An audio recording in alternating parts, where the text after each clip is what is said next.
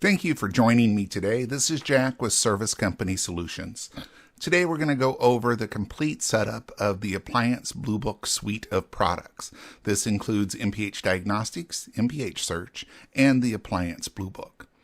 To cut this a little bit shorter, technically there isn't any setup that you have to do with the MPH Diagnostics tool, but we wanted to make sure that you understand that's part of the suite, so we included that in this message. So we're going to start with account management and setup. This is the portion that the admin can control the user, credit cards that are used, adding new users, changing the subscriptions, updating users' passwords, updating your own password. We're going to go over all that with this presentation. Step 2 is going to be MPH Search. This is everything that has to do with your vendors. So your part distributors, the availability of parts, the part pricing, how long it takes to get them is all controlled by that MPH search setting.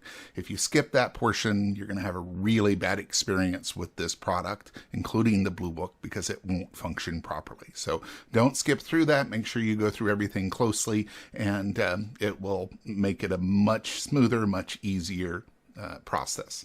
And then step 3 is the Appliance Blue Book settings themselves, how to set up your service charges, how to adjust the part markups, how to adjust labor codes, creating custom jobs, all that kind of stuff is all managed through the Appliance Blue Book settings. So got a lot of new bells and whistles. We won't get into everything with that in this video. This is simply the setup portion, but we hope to get a more robust user video for the whole suite as well here shortly. Last note again is if you skip things, it's going to be difficult for you. So don't skip these settings. Get through all of them. Email us at support@mypartshelp.com if you have any questions with any of this. So let's get started. Under account setup, we're going to be looking at all of these. We may not follow this in exact order, but we're going to look at all this. Adding users, updating your credit card. We're going to talk briefly about branches, and the system can do branches, but we're going to ask you to contact us for that.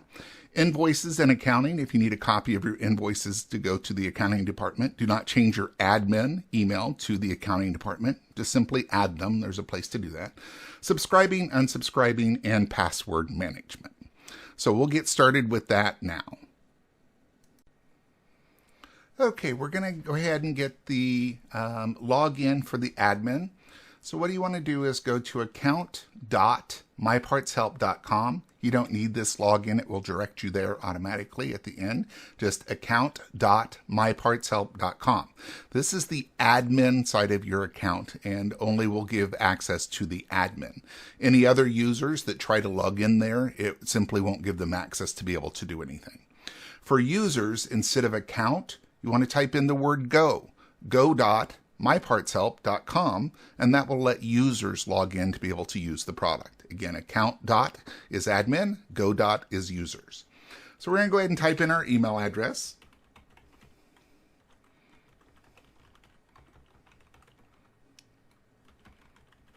And our password.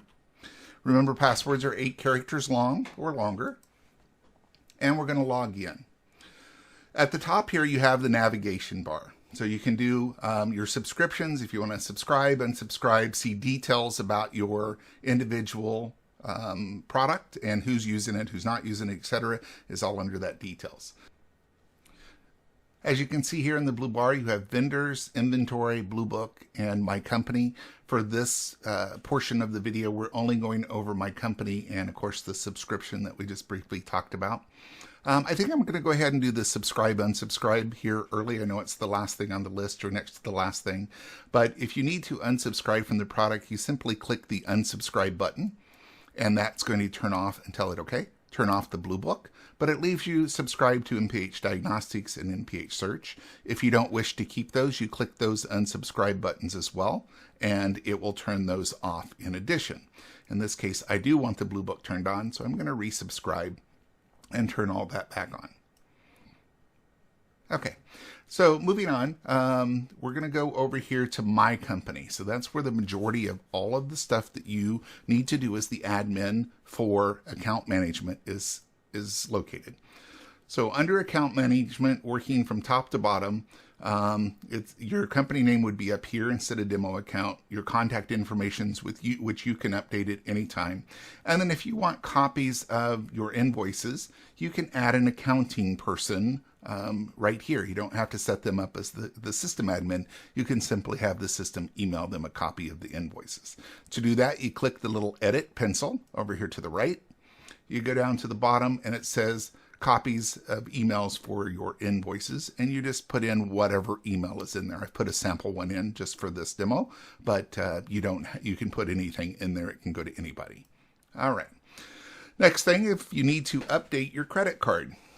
So to add a new card, you click the plus button, put in the name as it appears in the card. If all your address stuff is the same as your contact information, it will pre-populate that. Enter your card number, enter the year, date, and the CVC, and you'll be all set. And you just hit add. Okay. Once you do that, it'll add a second card in here.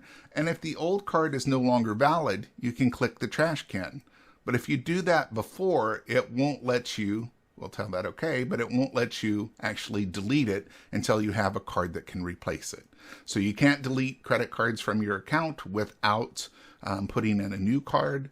The system does not store your entire card information. It just gives you the last 4 digits and the expiration date, so you have the card to reference. Okay. Next, company users. This has to be done before you do your Blue Book stuff, and there are no charges for additional users. So keep in mind, you can add as many of your employees in here as you want. You don't have to add everyone, but then it becomes very confusing later. Oh, who created the quote for Mrs. Smith? Was it the technician? Was it the office? Was it the parts department? Was it technician number 2, technician number 3? Whatever. If everybody's using the same login, it becomes very confusing to go back and see where something was created later. It also affects a bunch of other things like who created a custom job in the platform, who looked up a specific quote, etc. So it's really easy to add users. You just click the little plus symbol. That's for add. We type in test user 2. I've already got one test user in there when I was working on this earlier. You type in their email address. Okay, and the emails, if they don't have a personal email or a company email that you want to use, it just has to look like an email. So if you did test@yourcompany.com or test@aa.com or whatever, it's going to allow you to put that in there. It doesn't really care. We never contact a user. We only contact the admins. So the admin is the only one that has to be a valid email address. We recommend you use a real email address just because it's easier for your users to be able to do that. And then you set a password. Now, this password is just to get into our system. It doesn't have anything to do with their actual email account. So for them to log in, they would type in whatever email you set up and whatever password you enter here. Passwords have to be 8 characters long. We're not overly particular other than that, and they have to match. You can add capital letters, you can use special characters, you can use numbers, but it has to be at least 8 characters long. Is active. Is active is a function. If someone was going on vacation and you didn't want them working and using the platform, you could turn them off. It's when you don't want to delete a user, but you want to make it so they can't have access to their account. That is controlled by is active. Allow to see all other users' job rates. Some companies want everybody to see every quote. Some companies want to restrict who gets to see what. Maybe it's just a supervisor, or maybe it's just the owners that get to see everyone's quotes. Completely up to you. If you want them to be able to see it, you simply check the box, and it'll allow them to see other people's quotes in the company. Okay? Copy settings from other users. If this is the first time you're in here and setting this up, it probably will be grayed out and won't let you check it. But if not, if you're adding a new user You've already got everybody else set up. You've been using it for a while. You're adding a new user. Instead of going through all of the settings, which we're going to go through later in this video, you can simply copy that new employee settings from someone that's already in the company, so you don't have to do it individually. So in this case, I can go down here and I can select the original test user that I had set up, and it would copy all of my user settings for that user, meaning which vendors can they see, which products can they use, etc. Okay. So in this case, I'm going to uncheck that. I'm not actually going to use that function yet. We'll see how that applies more later. And I'm going to go ahead and save this user. All right, so now I've got test user 2 in here. So that's how easy it is to add users. Again, add as many as you want. There's no extra charge to do it. There isn't any reason that to not do it unless you just simply don't want to, but you have to have at least one user in there. Branches, we're just going to talk about briefly. So if you're in an area where you have multiple branches and they operate in multiple different ways, then you would look at the branches option. We're not going to dive into that, but what I can say is reach out to us before you start playing with that, because it becomes very complicated.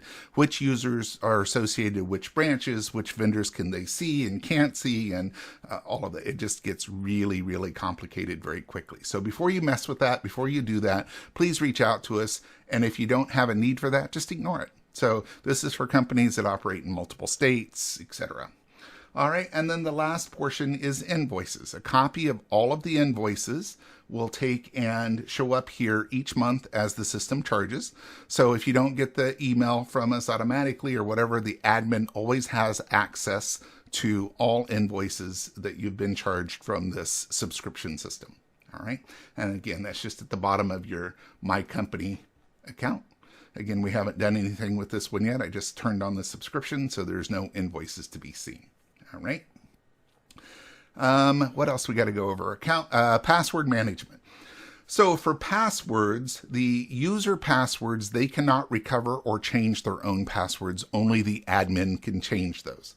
So if you need to edit a user's password, you simply click the edit pencil by their name, go in here and set a new password, repeat that password and hit save, and that will instantly take and save that password. Remember, passwords and usernames are case sensitive. Usernames, the system will default to lowercase. The passwords, whatever you type in. So if you type it in with capital letters, it's going to have capital letters in it. Users cannot change that. Only you as the admin can. Okay. What if you lose your admin password? So the admin would go to the login page, and if you forgot your password, you simply click Forgot Password. Type in your email address and it will send you a reset link, and then you can update and put in a new password. Okay. Again, that's only for the admin. So you go to account.mypartshelp.com, click on Forgot Password, enter your email address. It will send you the reset link to update your password. Okay. That's it for step 1. Pretty easy. Add your users, updating credit cards, setting branches, invoices and accounting, subscribing and unsubscribing, and password management. If you have any questions, feel free to reach us at support@mypartshelp.com, and we can take and get back to you pretty quickly. We have a whole team of people that are waiting to assist you. We'll talk with you shortly with step 2. Now we're going on to step 2. MPH search, everything to do with your vendors. So we're going to add vendors. We're going to set user permissions under those vendors.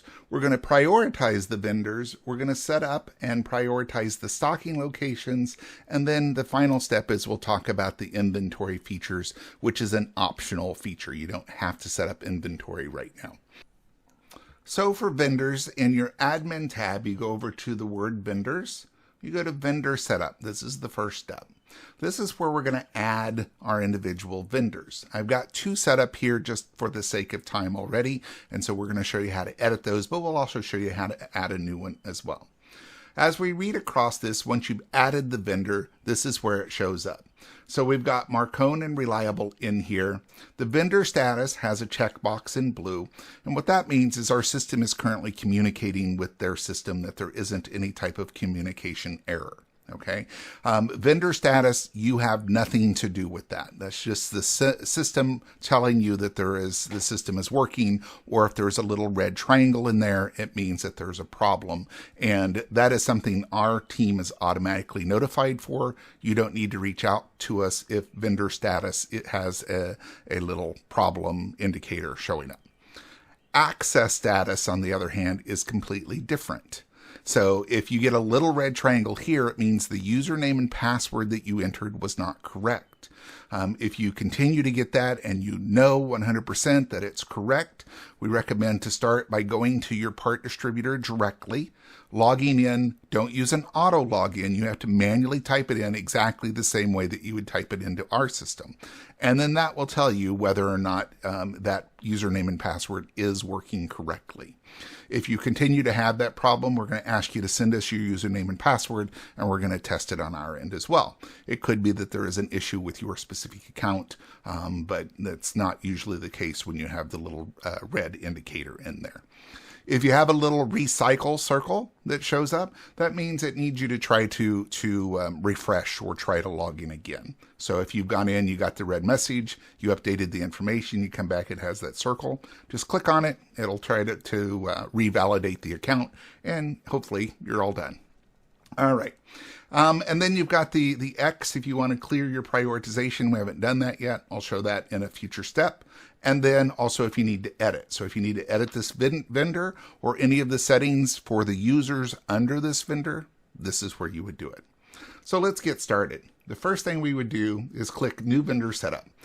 Again, when you first start, nothing will be in here. You won't have Marcona Reliable. You're starting from scratch. So you click New Vendor Setup, and you can either start typing or you can click the drop-down list to the vendor that you want to add. So in this case, let's just say that I want to add Coast Appliance parts. I enter that in there. If you have multiple accounts, the system will let you enter multiple accounts. You would just identify it as Coast 1, Coast 2, whatever, under setup name. You enter your username and password. Now, this is a big area of confusion for people, because when they get here, if their browser is trying to autofill forms for them, or their password saver is trying to populate this, it's going to be wrong. I'm just going to say right up front, it's going to be wrong. So the username and password that goes in here is your login for Coast Appliance parts. It's not your login to get into our website. It's not your user logins. It is your credentials with Coast Appliance parts. You'd enter your username and your password. Now, with that being said, if you have a reliable account, you'll get a third field that will say, I think it says something like company ID or account ID. If you have multiple accounts with them, it's going to be looking for an account ID. If you don't have multiple accounts with them, then you can just leave that field blank and it should work for you just fine. Again, if you have like a retail account for your users to go buy parts from them versus a wholesale or a different account for a different area or whatever, that's when it needs that account ID. Again, that only applies to reliable as far as I know. So we'll ignore that for now and move back here to Coast. So user account name and password for Coast is what we're entering. And then you click Setup. Now, in this case, I didn't enter anything. Let's just put in junk for now so that it knows. We're going to hit Create Account. Okay, and it's going to say your setup was saved. Perfect. So now based on this, again, we currently know that that's not a valid username and password that we typed in. So we'll go back and fix that actually we won't, because I don't have a test account for this vendor, but you would just enter your own. Once you hit Update Vendor, then it's now time to set the permissions for your users. Okay, so we're going to go through this in great detail, and it's going to take us a second to do it. But the first and most important thing is that you give them access. Even if you ignore everything else, you have to give them access or they won't be able to see anything in here. So I could go in here and I could go in under each user and I can give them access there. And this test user of Del F and Del L, I can go in here and give him access as well. And you'll notice that it's turning on some other boxes. So we're going to kind of work our way across the page now, but it's really important for everybody to have access to these, or they're going to get a no vendor setup error message. And that's all it is that you haven't given them access. All right. So in our system, we have markup off of cost, markup off of retail. And what I really need you to note is this is not affecting the Blue Book. This is the MPH search tool only. Now, access is for all the products, not just MPH search. But for the rest of the settings, how the markups work, etc., is not affecting the Blue Book. It has its own markup schedule. So as you're looking at this, what do you want your users to see? Okay, and that's why it's so granular. There's so much information you have to set up, and it just seems overwhelming. Just one step at a time, we'll get through it. You know how to eat an elephant, one bite at a time? Same thing. So with this, under the general user, the system auto generates a general user. So you can hand that general user information out to your employees, and they'll be able to go in and set that. So with that being said, under we have multiple part markups, and again, this is only applying to MPH search. The first one is based on cost. Now, currently, this function is disabled. And this function is disabled because we don't show wholesale prices. Okay, we only show retail. And so at some point, we hope to be able to display one wholesale price, but we haven't got clearance to do that yet. So at this point, this may seem irrelevant, but we're setting things for the future with the hopes of being able to show one wholesale price. And most likely for most of your users, you're going to want to do that with a markup. Because if they see it in front of a customer and a customer sees your wholesale price, that would be a very bad thing. So you'll want to make sure that you're working on your wholesale prices, or you just have them all blocked. So to start, we're going to recommend that you have them all blocked. So if it gets turned on in the future, it's no longer displaying. So markups. So let's start with retail. So we're going to kind of gloss over the cost stuff because currently it's not a function that actually functions. It's just programming for the future. So retail. Do you want your prices to show as straight retail, or do you want them to show with a markup so that it's helping to cover your cost of handling that part? So ordering the part, inventorying that part, delivering that part to the customer's house, we consider that kind of a premium service, and we feel that you should mark that up. But ultimately, it's your business. You need to set it the way that works for you. Okay, so currently these are set to no markup. So if we don't do anything else at this point, we are allowing the retail to be shown. If you don't want that shown, you can check it, and it won't show for that user. So again, this is the user level settings for your vendors. If you want to show a markup, you can go over here and click on no markup. No markup, again, is straight retail in this case. You can do a simple model markup, and let's say that I want to mark that up by 10%. I would put in 1.1 because it's a multiplier that we're adding here. 1.1 would now show a suggested retail price plus 10% under MPH search for that user. Okay. If you wanted it to be 25%, it would be 1.25. Okay. If you just enter 0.25, like for 25%, it's going to be 1/4 of suggested retail price. Meaning if it's a $100 part, it's not going to be $125. It would only be $25. So make sure you get that 1 in there, or whatever other value. Maybe you want to set everything to 2.0. That would be twice the regular retail price. Okay. You get to an expensive part that's not going to be good, but you can set it however you want. Okay. The next one is service desk model. So if you're using service desk or the service desk algorithm for marking up parts, keep in mind our system is working off of suggested retail here. So it may not be exactly the same settings that you're using in your actual service desk software. But our normal settings for this, and this is what we use like when we're calculating the printed book, is 1.5 for M and 3.0 for R. Okay, so those are the standard settings that we use for the service desk markup. All right, and then your last option would be a tiered model. And what this does is this gives you the ability to use the simple model markup, but break it at certain points. So from 1 cent to $5, I want to mark that up 500%. So I'm going to go in here from 0, Actually, I have to enter a new level first. It won't let you do anything until you add one. So we're going to do from $1 to $5. And I'm going to mark it up 5 times the price. Okay? And then from 501 to infinity, I can mark up whatever, or I can add another level. So from 501 to $16.32, again, you set these levels. So wherever you want that break to be, you can create it. And then a markup level on that one of maybe 3.25. And then from 1633 to infinity, I want that markup level to be 1.15. Okay, so you can create as many of these as you want. And then if you want to save it and apply it to others, you simply hit Save as Template. And in this case, we're going to do Test Retail Markup. You can name it whatever you want. Hit Save. All right, it added it to the templates. Thank you.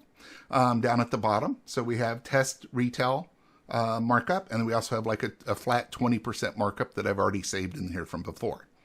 So now I can go in here, and under each of these, I can simply go down here and I can quickly apply these from my templates and not have to reset all of that. So that's a really quick shortcut. You can have multiple templates set up. It can show different for different users depending on what you want. If you have like a parts person and they're not in front of customers, maybe you don't want to do any markups, so they can see everything with just straight numbers and not with any markups. You as the owner, you as the admin, will not see markup. You will see just the straight numbers. So your users will see something different than what you will see. All right. So that's how you set up a vendor initially, and then giving permissions to your users.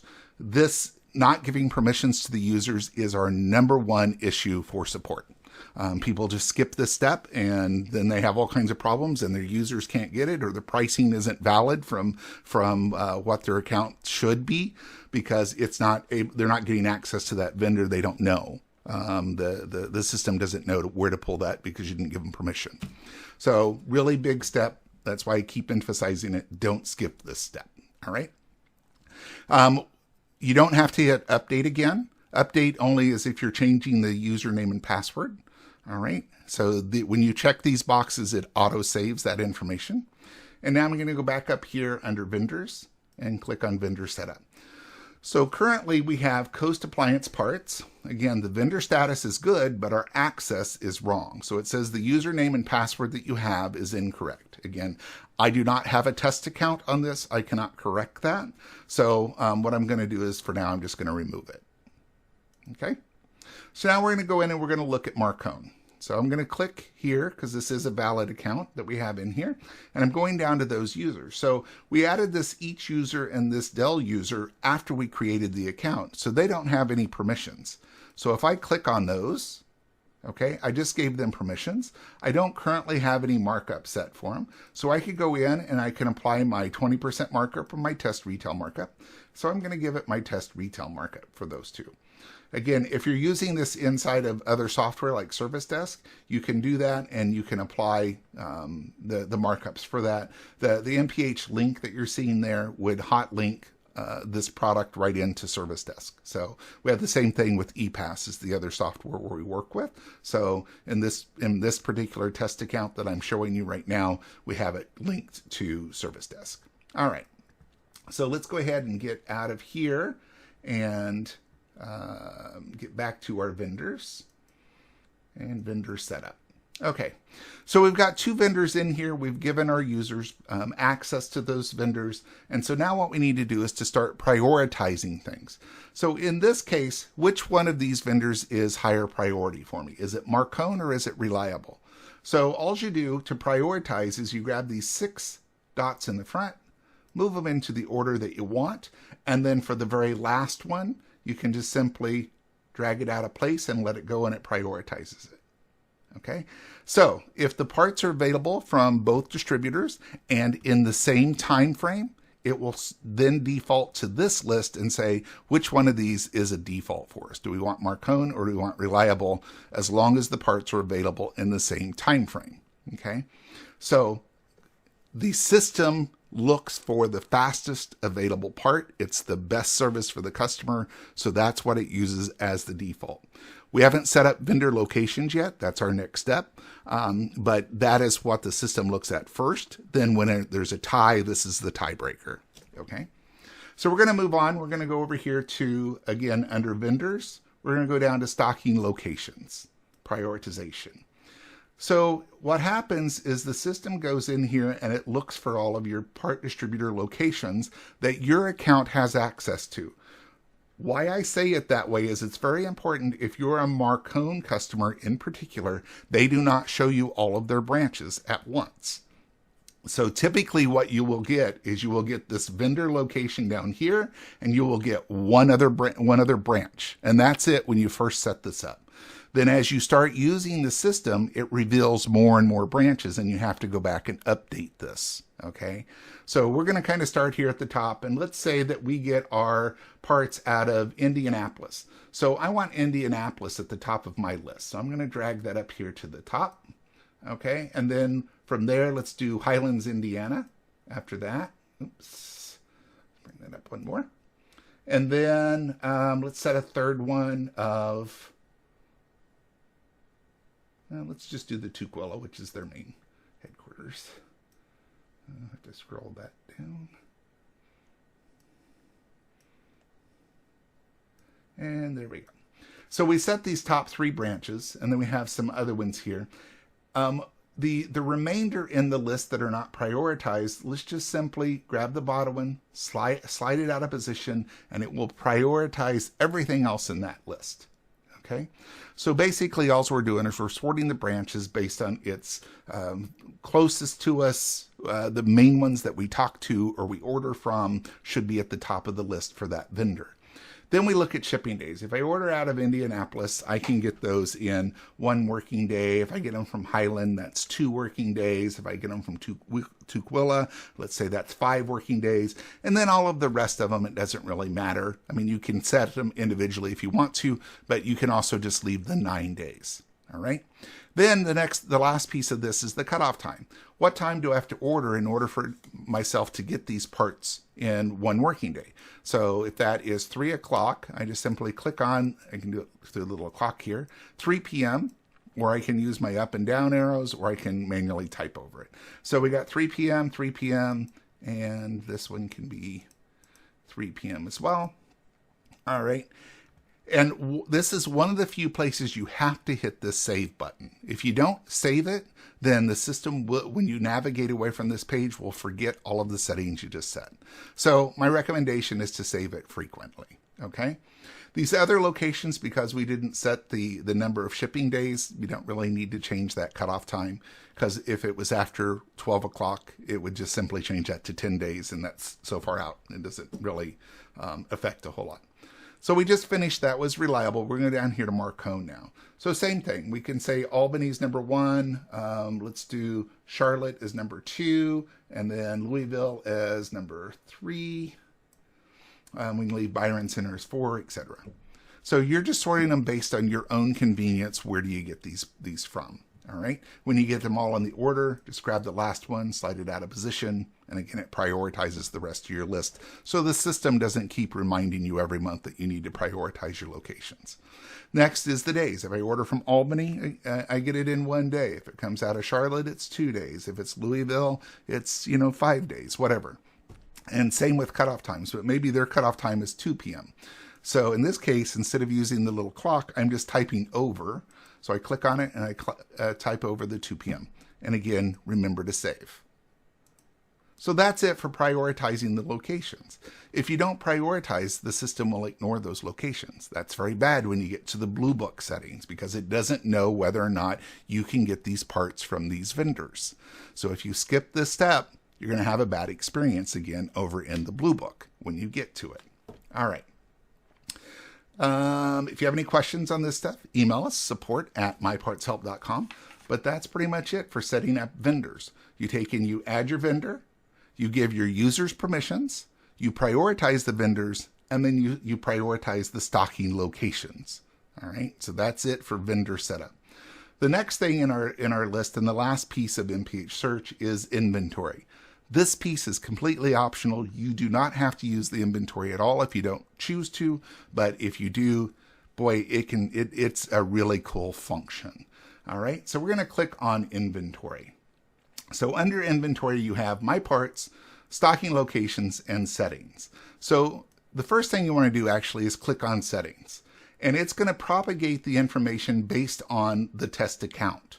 But maybe that you don't want the admin to set this. So when I say test account, it means the admin account. So the admin settings is who it's going to pull this information from.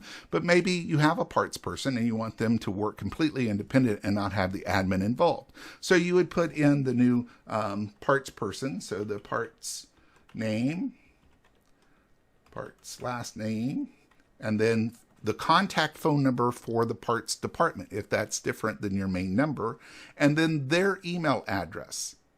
So when you put that information in and somebody contacts this account, it's going to turn around and shoot an email to them versus going to the admin each time. And then the last piece is, does the part use a different shipping location or contact information than the admin does? So you would update that here. Before you can do, so we're just going to tell that and save changes. Before you can do anything with like nationwide searches on our platform where you're wanting to see parts from another distributor or from another service company, you have to fill this out. If you don't fill this out, it won't let you do it. And the reason is because it doesn't want to automatically default that to the admin because you may not want it going there. So it's a really simple setup under inventory settings. And then it will give you that functionality. And then if you decide to connect your parts as well, it uses that same setting if someone reaches out to you if you make any of those parts available for other servicers. Okay, back to inventory. So now we're going to go look at parts. So currently I just have 3 test parts that I have set up in here. You can manually enter parts by clicking the Upload Parts button there. You can also create an Excel spreadsheet. So if you do an Excel spreadsheet, you can manually enter your parts into that spreadsheet or use a database or whatever, and then you can upload those into our system. But we've put in some new criteria with that. So on the new platform, if you manually upload your parts, or if you manually enter your parts, you need to update that at least once a month. If you don't, the system will automatically delete them, and we do not create backups of these parts. So once they're gone, they're gone. So it's really important for you to keep records of your parts on your own computers first, and then just upload them here. If you're working with software like Service Desk or ePass, then those will connect automatically, and you can take and it will keep all of that information updated. When you sell the part, it will update our system because you sell it through the other software's inventory modules. Okay, so it makes it really handy. Now, the cool features of this is that in real time, when you're doing an estimate or you're looking up parts, it will show you if you already have it in stock. So that's the real reason for doing all this. Some people like to also use it because they can list their old parts or whatever and try to get other servicers to purchase those from them. But the real value here is the time savings and the ability in the screen when you're researching parts to boom, there it is. We already have it. We don't need to order this again. It's all right there. So again, 2 ways to do it. Connect it to your software, which is the preferred way if you have access to that, or you can manually upload your inventory into the system using an Excel spreadsheet, but you have to upload that or refresh that once a month, or the system will delete it so that we don't end up with stale parts in the system. Okay. Now, the way that this works is you have your brand, you have the part number, quantities, what you want for the part, or it'll show retail, the description, and then the stocking location. Based on the stocking location, you can set it so that only your company sees it, or all of the other service companies could see it. Okay, so if it's just for your own use, which is what the majority of our inventory is in the system, you would have it marked with a little checkbox here showing is restricted from sell, which means only your company can see it. When you upload something or you connect your inventory to the other softwares, these are defaulted as only that it's all restricted. Nobody can see your inventory but you. And then you build like something called old parts for a stocking location. You put parts into that one that you want others, and then you unrestrict it. So it's no longer restricted, and then anybody can see it. The next one over is affiliate. Let's say that you're part of a peer group, and this is a enhanced feature that is not completely programmed yet, so it'll be coming soon. But the way that it works is, let's say that all of the peer group wants to share their parts back and forth so they can see what each other has in case they're having a hard time finding it. They could take and make it so that it's available. If it's checked, it's restricted, which again means only your company can see it, none of your peers can. The next portion under inventory is stocking locations. So stocking locations, again, you would label things based on where these parts are stored so that you have easier access to find them or know where they are. So it could be in here, I've got an old parts and I have a test warehouse that I've created, but this may be truck 1, truck 2, truck 3. It could be the office, it could be the warehouse, wherever. So it's an identification that you would take in and give. And then if you're using like a service desk or ePass software, those are already going to be set up in those. And that's what controls who can see it, how it can be seen, etc. So in this case, I have my old parts, which is parts that I want other vendors to be able to see. So you can see it is not restricted. That's why it has the X instead of the check mark. So if I wanted to edit that, I would simply click on the edit pencil and I could make it restricted. I could also make it so affiliates can see it or not see it. So is it affiliate restricted or not? All right, and then I just hit save and it updates those. So our test warehouse is all restricted. Our old parts is not restricted. Currently, we only have one part in the old warehouse, and our old parts, and the test warehouse has 2. Again, and those were the parts you were seeing earlier when we were looking at this. So that's it for the stocking locations. Again, all of this is optional. If you choose to use it, it's a really cool function. And when we get over into the test video, the demo video of how to use the program, you'll see how cool that is when you can actually see those parts in real time. That's it for setting up your vendors, the MPH search portion of the setup. And our next one is going to be the Blue Book.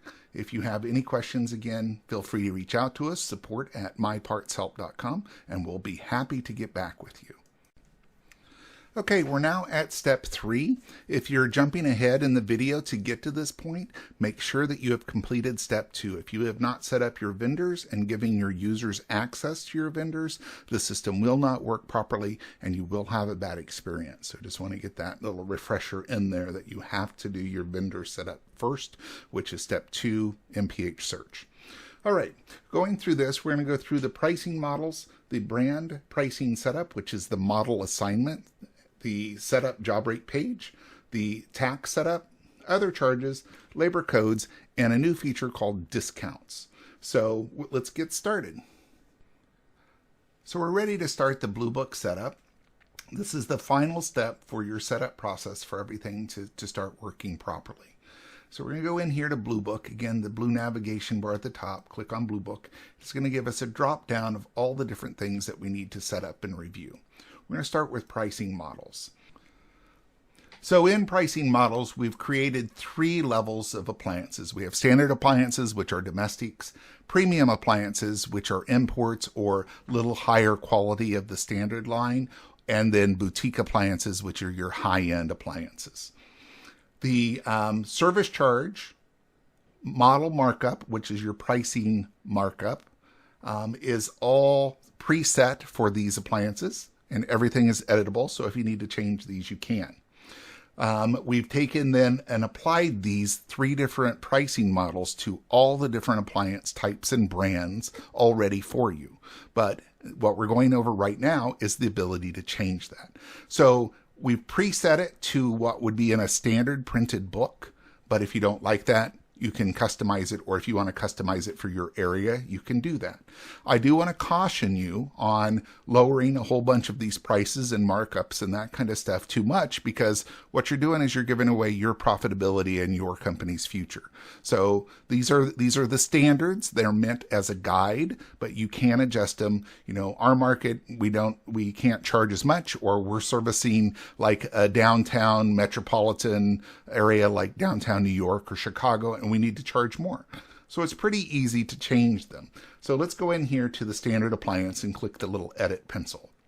Let's say if I was working in New York City and I needed my base price to start at $149 or $199, you can go in here and easily change that service charge, hit save, and we've now just changed our service charge on standard appliances to $199. Seems like it's pretty simple, but what you have to remember is when you're changing any of these settings, you're applying these to thousands of jobs. So we've made it so that it's easy to change, but when you change something, it applies across the board. You need to keep that in mind. So I'm going to change that one back just so that I don't forget to do it later. Hit save. All right, and we're back to the $94.95. So what does it apply to standard appliances? It's the service charge of $94.95. We have a part markup using the service desk algorithm. We'll look at that in just a second and how we can change it.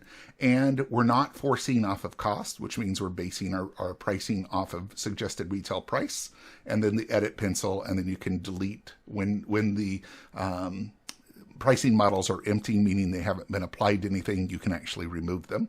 If you want to add your own, you can do that here at the top. Sometimes I see people do that for like Sub-Zero when they need to charge a different service charge or have a different price markup model for the parts, then they would add a new category for that. So in here, let's go back in and look at this again. So we already talked about the service charge. The next thing is the part markup. This is completely separate from the MPH Search part markup. This is only applying for the Blue Book markup. So in here, it's preset to the service desk model, but we're basing it off of suggested retail instead of off cost. So depending on how you have it set up in your actual software, you may need to tweak this a little bit to make that work for you. If you do need to fix it, calculate it off of cost, you would hit force cost here, but you would be changing the setup markings values for that. You have three choices for how to do your markup. The first one is simple model. Then you have the service desk model, which is what we're in now, and then a tiered model. So if you want no markup, you just want to use straight suggested retail. Again, we don't recommend it because you're handling these parts. You should be getting paid to do that. Then you can go into simple model, and you can put a markup value of 1.0, and that would be straight retail. If you wanted to mark it up, say 15%, you would put in 1.15, and the multiplier, if you're doing the math, if this is $100, it would multiply that $100 by 1.15 or 15%. All right. If you wanted to double it, you would put 2.0 in there. If you put in 0.25 thinking you want a 25% markup, what it's actually going to show you is 25% of the retail cost, and you're charging the customer less than what it costs you to buy the part. So make sure you don't do that. Make sure you get that 1 in front of it if you are pricing that off of suggested retail price. Okay. Again, you can force it off of cost. We don't recommend it, but you can. So if you wanted to force it off of cost and you wanted to double whatever your cost was, you would enter 2.0, check that force off of cost, and it will set it to that. The last option is the tiered model. The tiered model allows you to set where you want your breaks. So if you wanted to go from 1 cent, or in this case it says 0, but you wanted to go to say $5, you enter the $5, you click the markup value. How much do you want to mark that up? Let's say we want to make it 5 times the price. And then from $5 to whatever the next one, if you want another tier, you click the plus symbol. And let's say from $5 to $10, we want to mark that up, or $5.01 to $10, we want to mark that up by 3 times the price. And then we're going to do that one more time here. We're going to go to $25, and we want to mark that up 2 times the price. And 25 on, we want to mark it up 1.5 times the suggested retail price. Okay, so you can create as many tiers in there as you want. So if you wanted to keep going, you know, to $50 or $100 or whatever, you can do that. Again, I currently have that set to force to cost. That would have been a really bad setting. So that should have actually been unchecked. That would be settings based on suggest retail price. So we're going to go ahead and change it back to our service desk model again, so that my account stays in the same setting. So when I'm demoing it, it's correct. And we're going to put that back. The M is 1.5 and the R is 3.0. Save. All right. So again, 3 standard pricing that we have in here. Standard, premium, boutique. If you want to add more, you can. It's pretty easy. You click the add button. Let's say that we're doing some specialty. And we want that to be $199 service charge, $199.95. We're going to use a simple markup, and we're going to base it off of suggested retail, and we're going to mark it up by 25%, so 1.25. And then we're going to click that as add. If you wanted to do it off of cost, maybe in this case we want to do it at 1.35, but use cost. So we can do that as well. And we hit add. We've just created a new pricing model in here called specialty. What I need you to remember is, yes, you created a new one. It doesn't apply to anything yet. So there's nothing in here that uses this. Okay, so it's just something that you've created for yourself so far. The next portion that we're going to go into, brand pricing setup or price model assignment, is another way to look at it.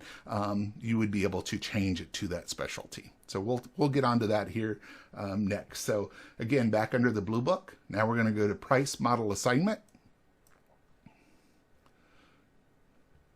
And under this little drop down, we select, so let's say that we're going to go down to refrigerators. There we go. And so in here, this is, you can go in and you can see how we have it preset. So in this case, an Amana is set to a standard pricing template or pricing model. And then you have all the different ones. And if there's any of these that you work on, some people I hear say they don't consider Samsung to be a premium anymore. So maybe they'll go in and edit that, and they'll change that from premium to standard. And you hit save, and it's going to change it for you instantly. Now, what you have to remember when you're doing this is we're only looking at refrigerators right now. So you have to do it by category. But we do give you that granular level control so that you can go in and apply it based on each individual type of appliance. I created that new model specifically thinking of something like Sub-Zero. So if we had Sub-Zero and I wanted to move them from boutique to specialty, I can do that quickly. So now it's using that pricing model for Sub-Zero refrigerators of specialty. Also notice it puts a little yellow triangle here for you to let you know that you've changed this. This is not the default. So I'm going to go ahead and change it back just so, again, my demo account here stays, oops, that's not the right one. Boutique, there we go. And it'll disappear once you correct that again. So that's how you assign those pricing models to the individual appliances. Now I'm going to go back actually to my pricing models, and I'm going to remove that because if I don't do it now, I won't remember to do it later. All right, perfect. So now we're back kind of to where we started with this. So our next thing in the list is job rate setup page. So what you want to do is to upload your logo.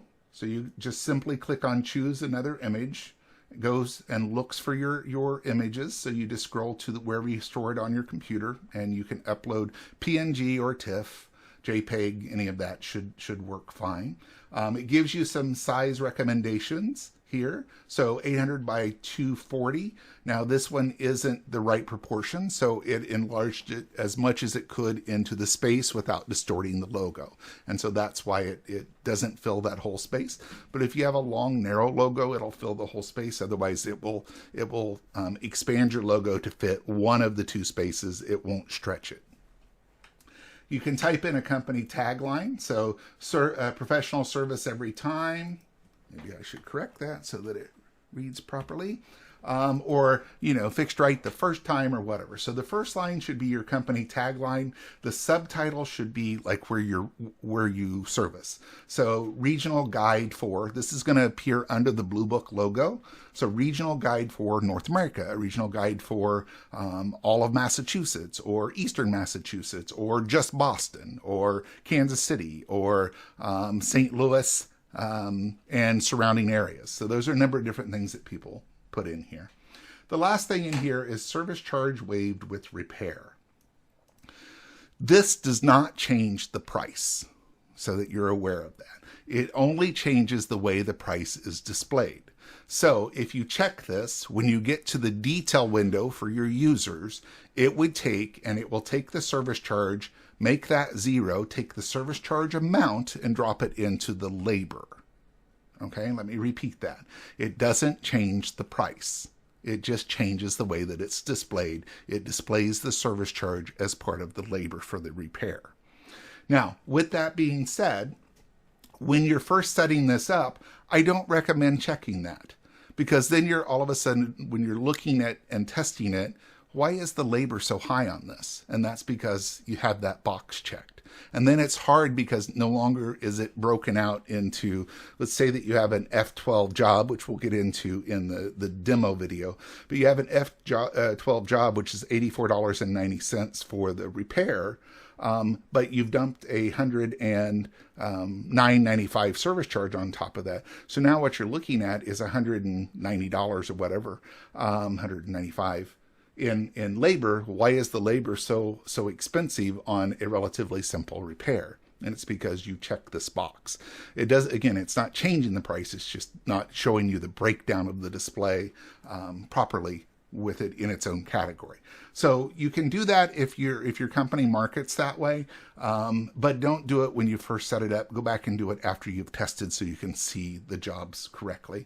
And then just simply click Save Changes to save whatever you have changed on this page or updated on this page. Next one is tax setup. So the way the tax works is it allows you to put sales tax in based on the labor, on the service charge and other charges, and on the parts, or any of those. So you don't have to have sales tax on labor, you don't have to have it on other charges, and you don't have to have it on parts. So you pick and choose what you want that on. Also, if you work in a state that requires multiple taxing districts, you can create as many of those as you want, and it gives the user a drop-down list. You can only set one as a default. So what we usually recommend is your most common work area, or the highest one you set as the default, and that way it will take, and if the technician forgets to change it, it's not ignored completely. The other thing to do would be, some companies, when they're in an area where they charge, every zip code could be a different sales tax, they'll not charge tax on the system. They will simply present your total repair cost is this amount plus tax. You can do that as well if you don't want to set up your sales tax. You don't have to. The idea here, especially if you're doing a parts only area, it's best if you put that tax in there, because then you can just present one price and you don't have to break out the sales tax on just the part, etc. Okay, easy to do. Click the add, name it whatever you want. So you can name it by the state. You can name it by the zip code. You could put in a town name, whatever you want in there. It doesn't matter. It's called the tax name, but it's your own naming convention. Put anything you want in there. So we're just going to put test 3. Okay. Now, is there any tax on labor? Okay, maybe in this particular one there's not. So we enter 0.0. Any taxes on service charges or other charges? And again, no, 0.0. But on parts, it's 5%. So we're going to enter 5.0 for 5% sales tax. Okay.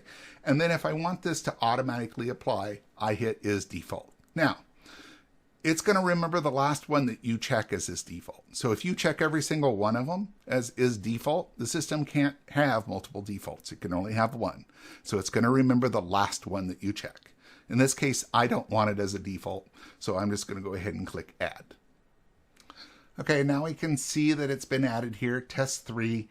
We have 0 in for labor, we have 0 in for service charge, but we're charging 5% on parts, and that it's not marked as a default. So that's it for setting up taxes. Now we're going to go back under Blue Book, and we're going to go look at other charges. So let me give you a little bit of explanation about other charges. Other charges is another drop down when you get into the user menu. So they can drop down and select one of these. You can also set one as default, so it automatically puts it in, but the user can uncheck it if they need to. So the idea here is this is anything that doesn't fall into a standard Blue Book rate. Now, Blue Book rate consists of 3 things: the service charge to go out and diagnose, the repair part with markup, and then the repair labor, the price that you're charging to actually complete the repair. Those are the 3 components. So if you're working in a different city, or you're having to travel, or you have a fuel surcharge, or if you have any of these other charges, they go here under other charges. So I've put a couple of them in here, like an after-hours charge. If you will offer after-hours service, but you charge a premium price for that, you can put that in there. Custom name just means that you can create a job and name it whatever you want, which we've already seen under the taxes. But I created one called custom name that we charge 3 cents for. And then we have, let's say you do in-shop diagnosis, where if the customer brings the appliance to you, you want to take $50 off the price. You can put in a negative amount in here as well. And then my zone 2 would be what we would do out of area or extra driving, and you can create as many different ones as you want. You can also do it by town. So if I'm servicing, let's say that I was servicing Kansas City, but I'd also service Lawrence, Kansas, which is about half an hour, 45 minutes away, but I want to charge an extra $30 for that drive. I could put in simply Lawrence in here, and then from the drop-down list, they would pick the city they were working in that's outside your home base, and it would add that service charge in on top, that extra amount. So anytime the system only allows you to do 1 service charge per appliance type. So a Whirlpool dryer only has 1 service charge. If you need to charge extra because of where you're traveling to or some other outside condition, the difference is what you would put in here. All right. So that's other charges in a nutshell. You can create as many as you want. You don't have to create any, completely up to you. This is not where you would put discounts. We've got a whole new category for discounts. I'll show that to you here in just a minute. All right. And then the next one is labor codes.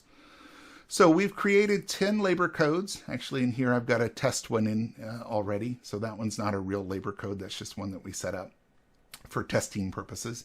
So from a C1 to an X20, $39.95, we walked in, we turned a screwdriver, we need to charge something, that's our minimum charge. To an X20, which is a sealed system, keep in mind this is just the labor portion of that sealed system.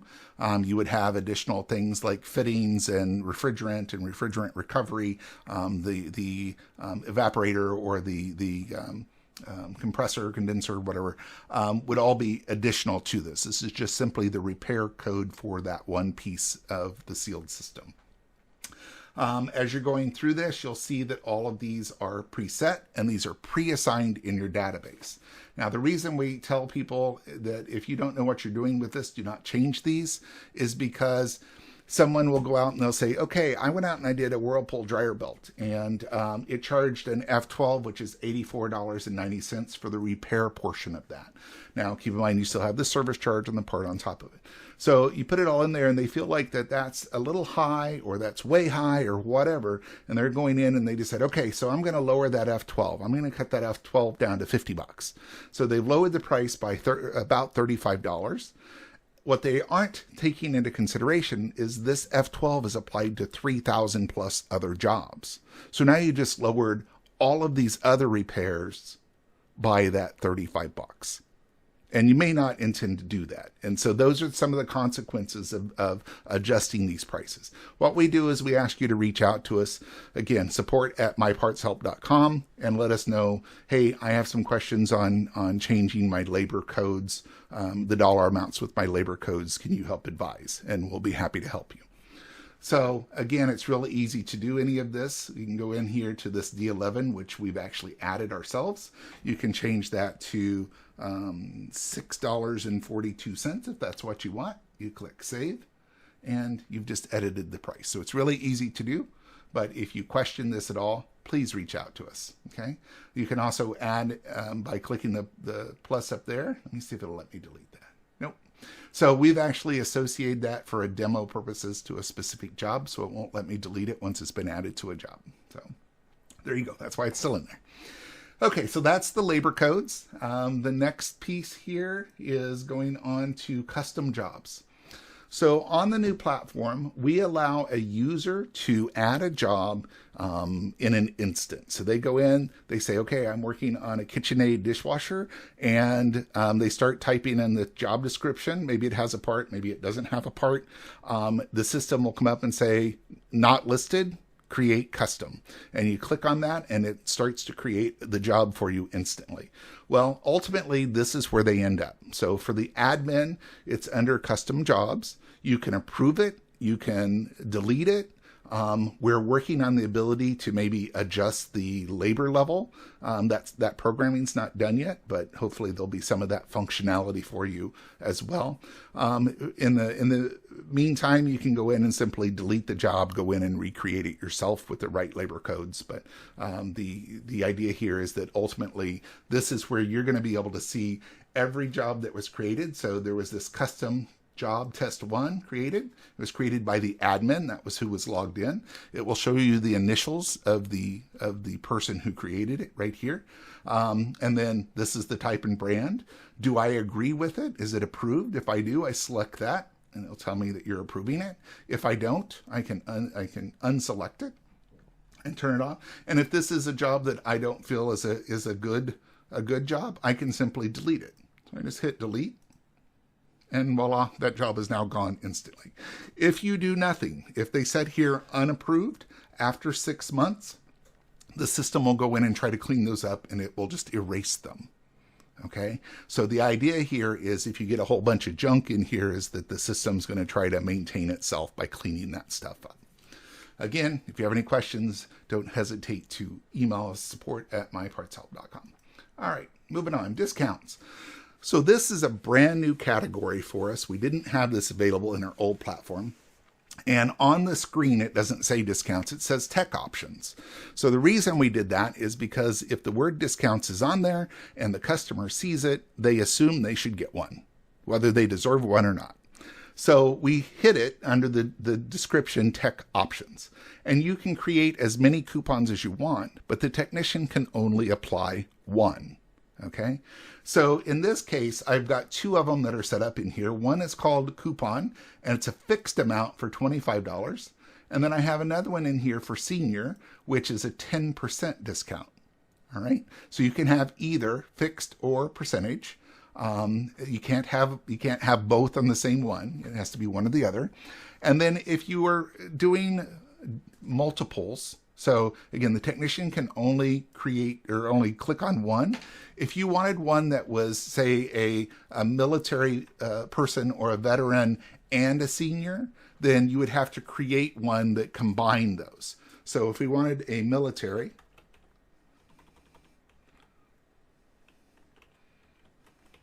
and we wanted that to be, again, a percentage. Let's see, I need to change that from amount to percentage. And we wanted that to be 10%. Add. And then if we wanted to give, if somebody was both, then we would have to create a third one that would be senior and military. And it would be a percentage. And then do you want it to be a full 20%, or is it like we're going to give them 15%? So I created a third one because you can't select 2 at once. And I adjusted the percentage so that they're not getting a full 20%. Maybe we only want them to get 15. So again, if you need to apply multiples, you have to add those together and create the new variable for that, meaning I can't apply the coupon and military. I can't apply the senior and military unless I create a senior and military combo one. All right, so that's the discounts. It just takes out right off the total price, whether it's a fixed amount or the percentage amount, and then shows on the screen in real time what that discount is. So the customer can say, total price $200, discount 10%, minus $20, total $180. So it adjusts it right there on the screen where they can see it. The difference between this and other charges happen in the background. So they're not shown to the customer. There's part of the calculator in the background, where this one is shown to the customer. That's the difference between the two, why you would put discounts here and not in other charges. All right. And then the last piece that we have to go over is the ads. So we've pre-created 6 ads here. You can create an ad as many as you want. You can turn these off. You can turn them on. You cannot delete these because there are master ads, but you can add your own, and you can delete those later or whatever. So it's pretty simple. Based on the type of appliance you're working on, it will show ads. So this second appliance message is applied to all appliances. This afresh for dishwashers is only applied to dishwashers. This helpful tip for dryer fires is only under dryers. So if you need these to apply to more than one category, but not all categories, you'd have to re-add them and add that second category or that third category. So if I wanted this dishwasher one to apply to another one, then I would take and create it again. Well, let me edit that one. So let me go back. So I would go up here and I would hit add. I would rename this to afresh, whatever the other one is. And then I would select, I want that to apply to air conditioners or to garbage disposals or whatever. So you pick and choose, and then you just upload a graphic file. So it can be a JPEG, a PNG, whatever. You can upload it right in there. We ask you to make them about 500 pixels wide, and then the system will readjust it from there. And we don't really care about the length. So if you have a little short ad, that's fine. If it's a long ad, that's fine. It will resize based on that width. So if you don't make it wide enough, keep in mind that the system is going to try to adjust that, and it can make it look really blurry. And if you make it too wide, that's okay. The system will resize it down to the size that it needs it to be to display. All right, so we're going to go ahead and just re-click on those. All right, so if we went into this second appliance ad here, if we don't want it showing one of the master ads, you just turn off the is active and it will no longer show. All right. And one last note that I can think of quickly here is the whole website is now mobile responsive. So depending on what device you're looking at, the system will relay out the page based on that device. So it will make it narrower, it'll make it longer, it will take and restack the ads from the side to the bottom. Any of that is all pre-programmed, and the system just responds. If you turn your phone sideways, it displays different than it does if it's vertical, etc. This will work on any device as long as it has a full web browser. And so whether it's your mobile phone, your iPad, or laptop, desktop, it doesn't really matter. The system will adapt to what you're working with. That's it in a nutshell. If you have any questions, don't hesitate to email us at support@mypartshelp.com. Again, that's support@mypartshelp.com with any questions. You can also check out all of our help pages at appliancebluebook.com/help. And it has the detailed instructions step-by-step that I just went over with you, but in a written format. Hope you have a great day. Thanks.